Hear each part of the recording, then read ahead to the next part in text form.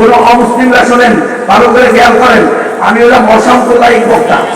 আজকে আমাদেরকে বলা হয় আমরা নাকি সাম্প্রদায়িক উস্কানি দিই, নাউযুবিল্লাহি মিন যালিক। আমি হলাম একমাত্র অসাম্প্রদায়িক বক্তা, যে আমি বলতে চাই হিন্দু, বৌদ্ধ, খ্রিস্টান, উপজাতি, যত জাতি উপজাতি আছে সবাই জান্নাতে যাক, একজনও জাহান্নামে না যাক। আমি একটা অমুসলিম জাহান্নামে যাক এটার পক্ষে না। আমি চাই প্রত্যেক অমুসলিম শাহাদাতাইনের সাক্ষী দিয়ে দেখ, রব্বুল আলামিনকে মেনে নেক, দুনিয়াতে শান্তি, আখিরাতে চিরস্থায়ী মুক্তি। ঠিক কিনা? আমি অসাম্প্রদায়িক বক্তা, আমার মাইকের আওয়াজ ভালো কেন যাচ্ছে একটু মনোযোগ দিয়ে শুনবেন। হিন্দুদেরকে, অমুসলিমদেরকে ইসলামের দাওয়াত দেওয়া এটা আমাদের দায়িত্ব। অমুসলিমরাও ইসলামের দাওয়াত পাওয়া এটা তাদের অধিকার। অমুসলিমরা এই দাওয়াত গ্রহণ করবে কি করবে না সেটা কার হাতে? আল্লাহর হাতে। হেদায়েতের মালিক কে? আল্লাহ।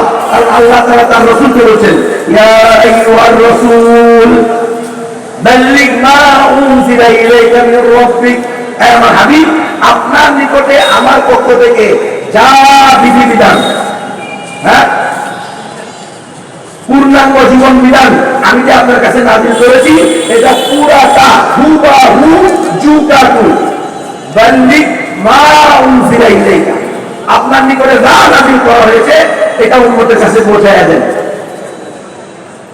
ওয়া ইল্লাম তাফআল, যদি আপনি এই ক্ষেত্রে কোন রকম কমজোরি করেন, কমি করেন, যদি না পৌঁছান হুবাহু